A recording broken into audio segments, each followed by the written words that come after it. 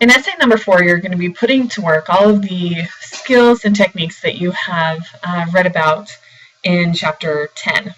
So it's all about analyzing a story and how to write what's called a literary analysis based on what you analyze in the story. It's also going to help you learn to integrate quotations and summaries and things like that, because that is how you support your argument. So the format that you need to use, of course, is MLA. You need to have, the correct title, page numbers, all of those things. You also need a works cited page that uses the information from the short story. So its title, its author, and then all of the textbook information as well. That shouldn't be too foreign at this point. And then, of course, use the MLA resources that I posted online in order to help you accomplish those things. So the assignment is to write a 2-page essay that analyzes William Carlos Williams' story, The Use of Force. So you can find that on page 501. Make sure you read that at least 2 or 3 times. Every time you read, you need to be taking notes and writing annotations in the columns of your textbook. And specifically, I want you to analyze the characters. And there aren't too many. So there's not a whole lot of choice, which is good. I'm trying to keep you focused so that you can focus more on how to write an effective essay, as opposed to getting bogged down with a bunch of things to look at. So I want you to analyze the character of either the doctor, the little girl who is the patient, or the parents. I would say if you want to pick the parents, do them together, because by themselves you're not going to have enough information to write a 2-page paper about, but together you might. So you've got either the narrator, the person the narrator is working on, or the patient's parents. So every time you read it the first time just to get a general understanding of what the story's about. Then when you go back, before you read, pick the character you want to analyze. And then when you read it the second time, read it in order to find a point that you want to make about the character you've chosen. And then the third reading you do, you can start highlighting specific quotes and pieces of information that you want to use in your paper to prove your point about the character. So hopefully that'll be a good way to help you get started and plan your essay. After you've read the story several times and made several notes, get a working thesis going, do all that planning stuff, but then you need to write a 2-page essay. And then within that essay, of course, you are going to have an argumentative thesis statement about the character you've chosen. Each of your body paragraphs is going to have a topic sentences that, supports and proves that thesis statement. And then all of the examples and information that you've highlighted in the story will be placed appropriately in your body paragraphs.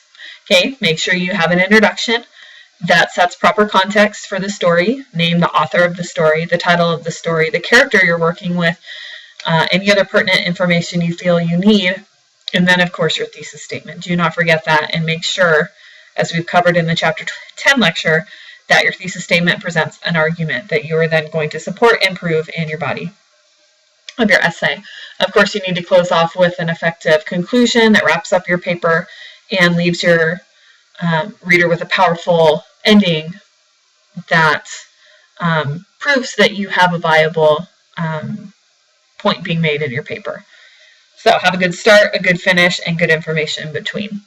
Your audience for this paper is somebody who knows the story and has read the story, so that you don't have to spend the time, summarizing the story as a whole. You need to focus more on the analysis part, not the summary. So that's why I've given you an educated audience, but it's an audience who wants to know about the characters and your analysis of them. The assessment for this essay is going to be the same. You're going to fill out an outline. I'm not really going to cover that outline in this video. I don't see the point. It's pretty standard. There's nothing really different about it for this outline. Just make sure you are specific. Most of the outlines I'm looking at are still not very specific, and the more specifics you can give me, the more I can help you. So when I say give me your thesis statement, I mean give me the working thesis statement that you're working with right now, not I think I'm going to talk about blah.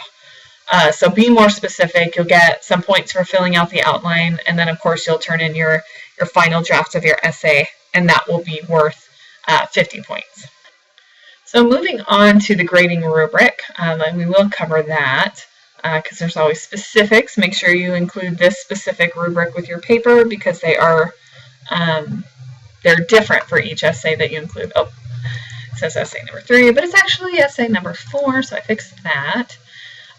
Let's see here. Okay, it needs to be 2 pages long. It has to have a works cited page with the story's information, and your essay needs to be an analysis, not a summary. If it's all summary, then your grade is going to be severely affected. So make sure it makes an argumentative point and that the body of your paper proves that point. All the formatting information is still the same. Make sure your introduction hooks and engages your reader. Be creative. Don't be boring and blah.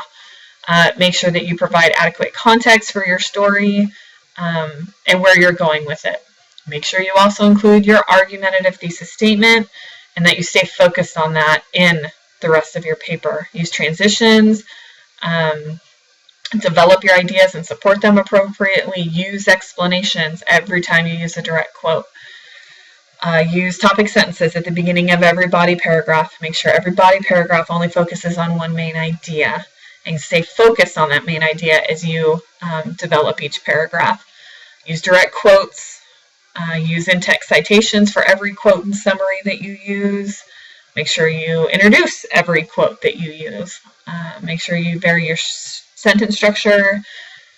Use good organization. Use the skills that we're going to cover in chapters 10 and 19, and then so on and so forth.